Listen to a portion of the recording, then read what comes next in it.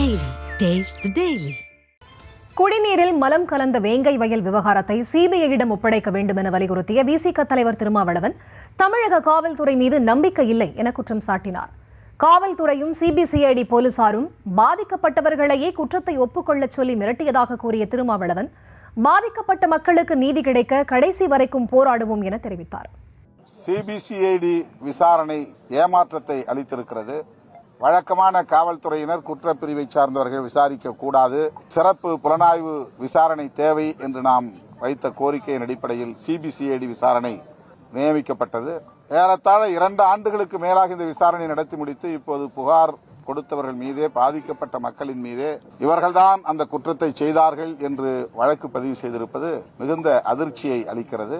Trial court, இதற்கென்று நியமிக்கப்பட்டிருக்கிற சிறப்பு நீதிமன்றம் இந்த குற்றப்பத்திரிகையை ஏற்கக்கூடாது என்று விடுதலை சிறுத்தைகள் கட்சி வேண்டுகோள் விடுக்கிறது. தமிழ்நாடு அரசுக்கு விடுதலை சிறுத்தைகள் விடுக்கிற வேண்டுகோள், இந்த வழக்கை சிபிஐ விசாரணைக்கு ஒப்படைக்க வேண்டும் என்று வலியுறுத்துகிறோம். இன்றைக்கு வேங்கவயல் கிராமத்தை சார்ந்த பொதுமக்களும் விடுதலை சிறுத்தைகளும் இந்த போக்கை கண்டித்து கிராமத்திலேயே அமைதியான முறையில் அறப்போராட்டத்தில் ஈடுபட்டு இருந்தார்கள். அவர்களை அச்சுறுத்தி காவல்துறையினர் பலரை கைது செய்திருக்கிறார்கள். குறிப்பாக விடுதலை சிறுத்தைகள் இயக்கத்தை சார்ந்த, அந்த பகுதியை சார்ந்த, வட்டாரத்தை சார்ந்த பொறுப்பாளர்களை, மாவட்ட செயலாளர் உள்ளிட்ட பல தோழர்களை கைது செய்து சிறைப்படுத்தியிருப்பது மிக வன்மையாக விடுதலை சிறுத்தைகள் கட்சி கண்டிக்கிறது. குறிப்பாக சிபிசிஐடி தாக்கல் செய்திருக்கிற இந்த குற்றப்பத்திரிகையை தமிழக அரசு ஏற்கக்கூடாது என்று தமிழக அரசுக்கும் விடுதலை சிறுத்தைகள் கட்சி வேண்டுகோள் விடுக்கிறது. காவல்துறையினர் தொடக்கத்திலிருந்தே இதை நீங்கள் ஒப்புக்கொள்ள வேண்டும் என்று அந்த கிரைம் பிரான்ச் போலீஸே முதல்ல அப்படிதான் வற்புறுத்தினாங்க.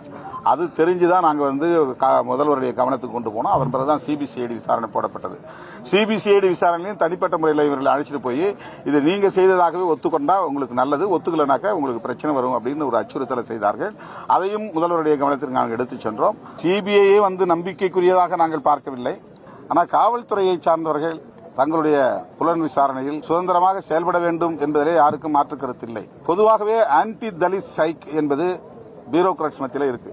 அதிகாரிகள், ஐஏஎஸ் அதிகாரிகளாக இருந்தாலும் ஐபிஎஸ் அதிகாரிகளாக இருந்தாலும் பலவீனமானவர்கள் மீது மேலும் ஒடுக்குமுறையை திணிப்பது, அவர்களுக்கு அநீதி இழைப்பது என்பது அவர்களுக்கு வசதியாக இருக்கிறது. ஆகவே தலித்துகள் புகார் கொடுத்தால் கூட அந்த புகாரை எடுத்துக் கொள்வதில்லை. இதற்கு முதலமைச்சரோ அல்லது மந்திரிகளோ பொறுப்பு என்று சொல்ல முடியாது. இது அந்த காவல்துறைக்கு இருக்கிற இயல்பான ஒரு சைக், ஒரு உளவியல்.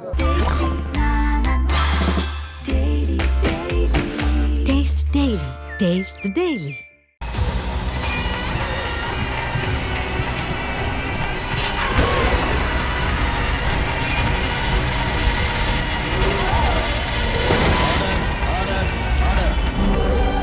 நிகழ்தகவு, குற்றங்களின் மறுபரிமாணம்.